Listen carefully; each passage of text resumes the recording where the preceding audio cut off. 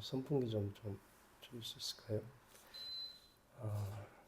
지난 시간에는 42장 6절을 통해서 요셉이 고난의 길 가운데서 애굽의 총리가 되는 축복을 받았음을 알 수가 있습니다. 오늘은 창세기 42장 7절로 17절을 통해 주신 교훈을 나누도록 하겠습니다. 오늘 본문을 통해 주신 교훈은 정직입니다. 요셉은 애굽의 총리가 돼서 곡식을 구하러 온 형들을 맞이하게 됩니다.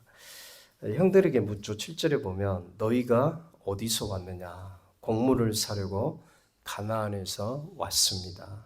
그럴 때 요셉은 그들에게 정탐꾼이다. 이렇게 정탐꾼이라고 말을 해요. 그때 요셉의 형들은 결코 아니고 곡물을 사러 왔다고 하면서 이 가족사의 얘기를 합니다.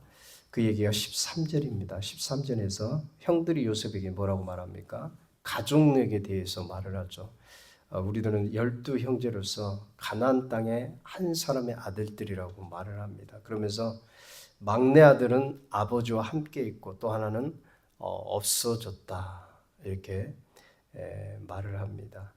여기서 막내 아들은 베냐민이고요. 그리고 또 하나는 요셉을 말합니다. 그런데 요셉에 대해서 미디안 상인들에게 팔았으면서 없어졌다고 이렇게 거짓을 말하고 있죠.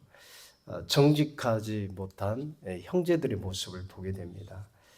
그 옛날 아버지였던 이 야곱에게도 똑같이 얘기를 했죠. 요셉이 짐승에서 죽었음을 말을 했어요. 형들의 거짓말은 더 큰 위기를 맞게 됩니다. 그것이 바로 감옥에 갇히게 되는데요. 우리 그리스도인들은 이 요셉의 형들의 모습을 보면서 항상 삶을 살아갈 때는 정직해야 된다. 이런 생각을 갖게 됩니다. 정직하지 못하면 더 큰 위기를 만나게 된다고 하는 것을 알게 돼요. 요셉의 형들을 감옥에 보냈던 이유가 뭘까요? 그것은 첫째로 동생이었던 베냐민을 데려오기 위함이었고, 두 번째는 이 베냐민을 계기로 해서 야곱의 가정이 이 애굽에 내려오기를 원했어요. 그래서 형들을 감옥에 가두었는데, 그런데 여기서 하나 생각해 볼 것이 있습니다. 17절에 보면 이 가두었다라고 하는 단어인데요. 이 가두었다고 하는 단어는 히브리어로 아사프라고 하는 단어예요. 어떤 목적으로 모으는 것을 말합니다. 그러니까 이제 형제들을 요셉이 감옥에 가둔 이 사건은 형제들을 지난날에 억울한 일, 자신이 구덩이에도 빠지고 감옥에 갔잖아요. 형들에 의해서 노예로 팔리기도 하고, 여기에 대해서 안갚음을 하기 위해서 형들을 감옥에 집어넣은 것이 아니고 그 감옥 가운데 형들이 같이 생활하게 한 것입니다. 같이 지내게 하고 또 가족들을 보호하고 또 동생 베냐민과 아버지 집을 애굽으로 이주시키기 위한 그런 계획이었어요. 여기서 우리는 요셉의 사랑을 볼 수가 있죠. 요셉이 13년 동안 노예로 팔리고 억울하게 감옥살이를 한 그 그 생각만 나면 보응하고 싶고 또 원수를 갚고 싶은 그런 마음이 들 수가 있는 것이죠. 13년이라고 하는 이 시간 동안 요셉이 어떤 마음을 갖고 어떤 생각을 했겠어요. 형들에 대한 원망이 충분히 나올 수 있는 그런 생각이잖아요. 아무리 요셉이 하나님을 잘 섬기고 믿는다고 해도 이 마음의 육적인 그런 생각을 갖게 되면 자기가 권력을 잡고 있는 지금 이 시점에서 형들이라고 해도 당연히 감옥에 집어넣어서 고통을 겪게 하는 그런 안갚음을 충분히 할 수가 있는 것이죠. 그런데 요셉의 모습을 보면 형들에게 그런 모습을 한 모습을 찾아볼 수가 없어요. 감옥에 넣었던 이유도 그 형들을 보호하기 위해서 또 함께 이방 땅에 내려와서 형들이 곡식을 구하러 왔는데 얼마나 낯섭니까? 또 그 애굽의 분위기를 봐서도 충분히 위축될 수 있는 그런 상황이죠. 그런 상황 가운데서 형들을 편안하게 또 보호하는 차원에서 요셉이 감옥에 넣은 것입니다. 13년을 생각하면 우리의 육적인 생각으로 생각하면 충분히 보복하고도 남을 그 권력을 지금 가지고 있잖아요. 여러분 우리가 권력이라고 하는 것은 국가의 권력도 있고 또 이 사회에 대한 권력도 있고요. 적게는 우리가 가지고 있는 가정 또 교회에 여러 가지 그런 권력들이 있습니다. 그 권력은 힘을 말하는 것입니다. 내가 가지고 있는 힘. 근데 그 힘은 절제할 때 그게 사랑이 나타나는 거예요.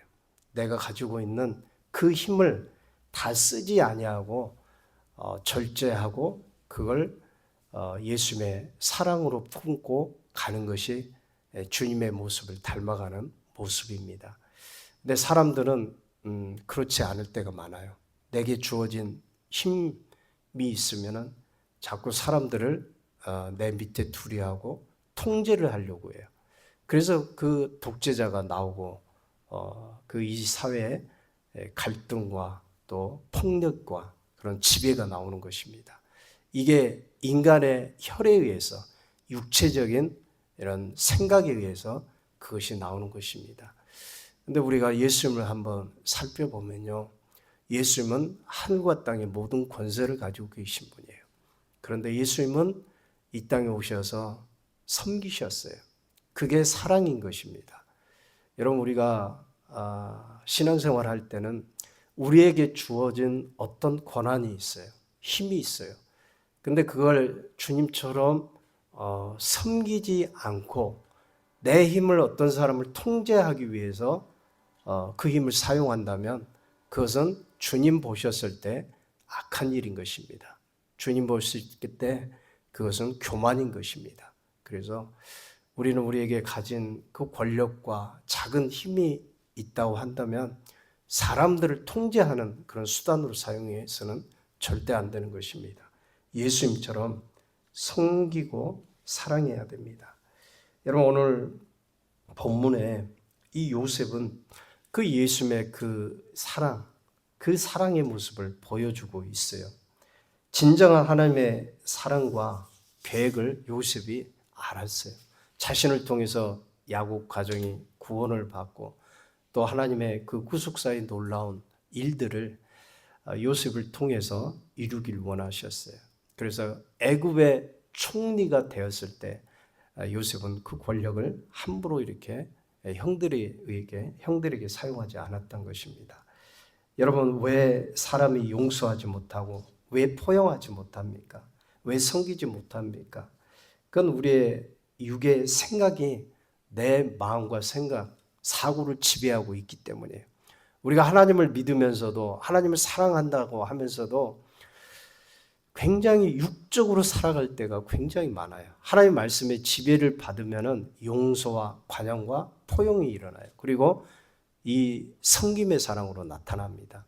그런데 우리 안에 이 그리스도의 말씀이 작동되지 않고 내 생각이 드러나게 되면 그때부터는 사람을 다스리려고 해요. 이게 여러분 좋지 못한 인간의 성품인 것입니다. 여러분 예수 그리스도는 십자가 사랑으로 우리를 용서하셨어요. 그렇기 때문에 우리도 타인을 보면 또 약한 자를 보면 힘없는 자를 보면 우리가 포용하고 또 용서하고 사랑하고 섬기는 그런 사람이 돼야 돼요. 어떤 분들은 좀 그런 잘못된 생각을 가지시고 있는 분들이 있는데 신앙생활은요 주님의 사랑이 드러나야 돼요. 그 사랑이 드러날 때 하나님의 은혜가 임하고 또 서로 하나 될 수가 있고요. 서로 합력해서 선을 이룰 수가 있는 것입니다.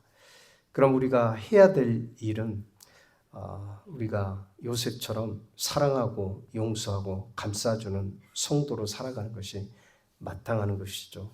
나를 통해서 타인이 고통받는 이 가시로 쓰임받는 것이 아니라 다른 사람의 영혼을 위로하고 힘을 주는 예수님처럼 살아야 됩니다. 그때만이 주님 뜻대로 살 수가 있고요. 복음의 향기로 귀하게 사용될 수가 있습니다. 고린도후서 2장 15절로 16절에 보면 우리는 구원 얻는 자들에게나 망하는 자들에게나 하나님 앞에서 그리스도의 향기니 이 사람에게는 사망으로 쫓아 사망에 이르는 냄새요 저 사람에게는 생명으로 쫓아 생명에 이르는 냄새라.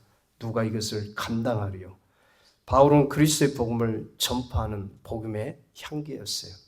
생명의 그리스도의 복음을 믿는 자들에게는 구원과 영생이 주어지지만 믿지 않고 거부하는 자들에게는 사망으로 끝나게 됩니다. 마찬가지예요. 우리 믿는 자들도 그리스도의 사랑이 내게 작동되고 그 사랑이 흘러가야 생명을 줄 수가 있는 것이에요. 그렇지 않고 내게서 멈추게 되면 생명을 살릴 수가 없어요. 오히려 사망으로 죽어가는 영혼들을 바라볼 수가 없는 것입니다.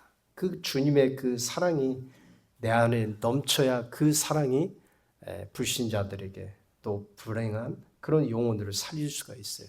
그러나 그 사랑이 흘러가지 않으면 아무 소용없는 일이 된 것입니다.